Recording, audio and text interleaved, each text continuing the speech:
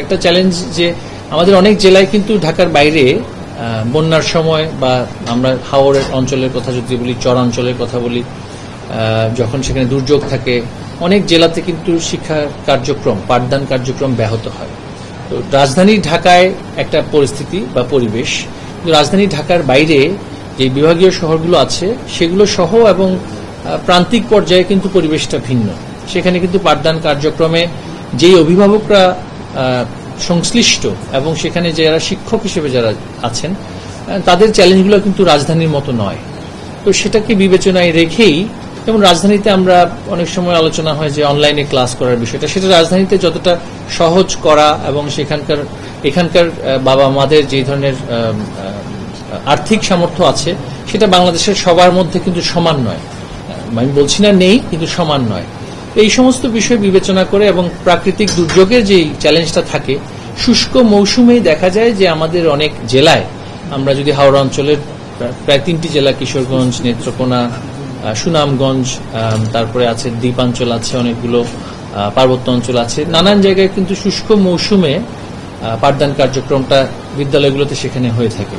তো সেগুলো যদি এখন বন্ধ থাকে সেটা তাদের জন্য যেমনি ক্ষতিকর, তাদের যে শিক্ষণফল অর্জনের ক্ষেত্রে যে ঘাটতি, আমরা যেটাকে বলছি যে লার্নিং গ্যাপটা কিন্তু আরো বেড়ে যায়।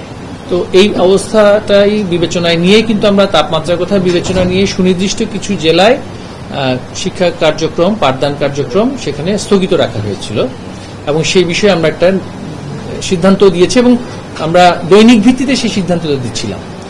প্রথম দিন দেওয়া হয়েছিল কয়েকটি জেলার বিষয়ে, তারপরে আরো সেই জেলার পরিসর বৃদ্ধি করা হয়। এর মধ্যে আমরা দেখেছি যে আবহাওয়া অধিদপ্তর থেকে আমাদেরকে অবগত করা হয়েছে যে সিলেট বিভাগে অনেক জায়গাতে তাপমাত্রা এখন 30-এর অনেক নিচে এবং সেখানে বৃষ্টি হচ্ছে। তো সেক্ষেত্রে কিন্তু কিছুদিন পরে আবার সেখানে আবার বন্যার প্রাদুর্ভাব দেখা গেলে বা সেখানে হাওড়া অঞ্চলের যে সুনামগঞ্জের জায়গাগুলো আছে সেখানে কিন্তু শিক্ষার্থীরা আর স্কুলে যেতে পারবে না। এই শিক্ষার্থীরা শুষ্ক মৌসুমেই কিন্তু স্কুলে যেতে হবে তাকে। তো সেটাকে মাথায়, তখন কিন্তু আবার ঢাকা শহরের শিক্ষার্থীদের কোনো অসুবিধা হবে না। তো আমরা সেই বিষয়টাকে মাথায় রেখে ওই বিভাগগুলোতে কিন্তু শিক্ষা কার্যক্রম বন্ধ করিনি। তো এই এমত অবস্থায় আমরা যে কথাটা জানতে পেরেছি যে এই যে বিশেষায়িত প্রক্রিয়াটি, কিছু কিছু জেলায় তাপমাত্রা কমবে, কিছু কিছু জেলায় বাড়বে, সেটা তো আসলে আমাদের দৃষ্টিতে, নির্বাহী বিভাগের দৃষ্টিতে সেটা একটা পরিচালনাগত বিষয় এবং যেহেতু এটা একটা পরিচালনাগত বিষয়, এখানে অনেকেই সম্পৃক্ত, শিক্ষকগণ সম্পৃক্ত, সংশ্লিষ্ট অনেকেই সম্পৃক্ত। এখন আমরা যদি একটা নির্দেশনা এভাবে করে স্বপ্রণোদিত নির্দেশনা আমরা যদি পেয়ে থাকি তাহলে সেটা আমাদের জন্য অত্যন্ত পরিচালনাগত বিষয়, সেটা অনেক কঠিন হয়ে দাঁড়ায় পরিচালনার বিষয়ে।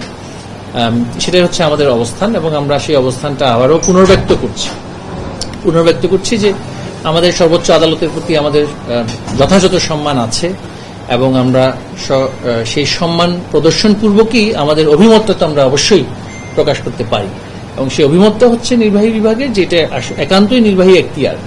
এবং সেই ক্ষেত্রে কিন্তু আমরা যে সকল জেলায় যে বিদ্যালয় খোলা থাকবে বা থাকবে না এইভাবে করে কিন্তু আমরা সিদ্ধান্তটা নেইনি, আমরা সেভাবে সিদ্ধান্ত নিয়েছি। এখন শোনা যাচ্ছে যেটা যে গণমাধ্যমের বদৌলতে যে ইংরেজি মাধ্যম ও লেভেল এ লেভেল স্কুল খোলা থাকবে। তো ইংরেজি মাধ্যম ও লেভেল এ লেভেল স্কুল সেখানে প্রভাবশালী বা ধনশালী ব্যক্তিরা, সমৃদ্ধশালী ব্যক্তিরা তাদের সন্তানদেরকে পড়াশোনা করতে পাঠান, তাদের স্কুলগুলো খোলা থাকবে। আর প্রান্তিক পর্যায়ে আমাদের সন্তান যাদের বাবা মা মাঠে ঘাটে কাজ করে এই বাংলাদেশের অর্থনীতি এবং সমাজকে চালিয়ে রেখেছেন, তাদের সন্তানরা পাঠদান কার্যক্রম করতে পারবে না। এটা তো মানে দৃশ্যত বৈষম্যমূলক একটি পরিস্থিতি সৃষ্টি করবে।